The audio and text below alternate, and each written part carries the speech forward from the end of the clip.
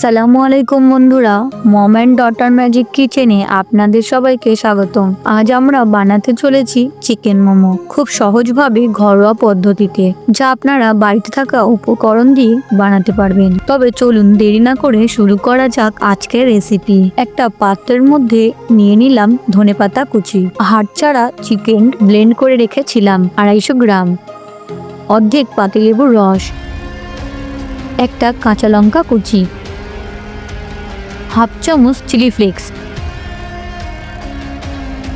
Half চামচ গোলমরিচ গুঁড়ো, হাফ চামচ লবণ, হাফ চামচ হলুদ গুঁড়ো, হাফ চামচ ধনে গুঁড়ো, হাফ চামচ জিরে গুঁড়ো, হাফ চামচ গরম মশলা গুঁড়ো, হাফ চামচ চিলি ঘি, হাফ চামচ চাট মশলা, 1 চামচ আদা রসুন পেস্ট, অর্ধেক পেঁয়াজ কুচি। ভালোভাবে মাখিয়ে নিলাম।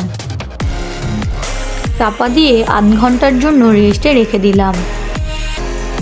গ্যাস অন করে প্যান বসিয়ে নিলাম। প্যান গরম হয়ে গেলে সাদা তেল দিয়ে দিলাম। সাদা তেল গরম হয়ে গেলে চিকেনের মধ্যে দিয়ে দিলাম।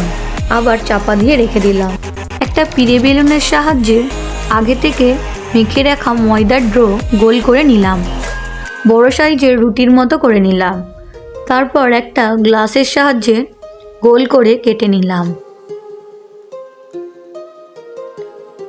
গোলের মধ্যে ম্যারিনেট করে রাখা চিকেন দিয়ে দিলাম। মোমোর মতো শেপ করে নেবে।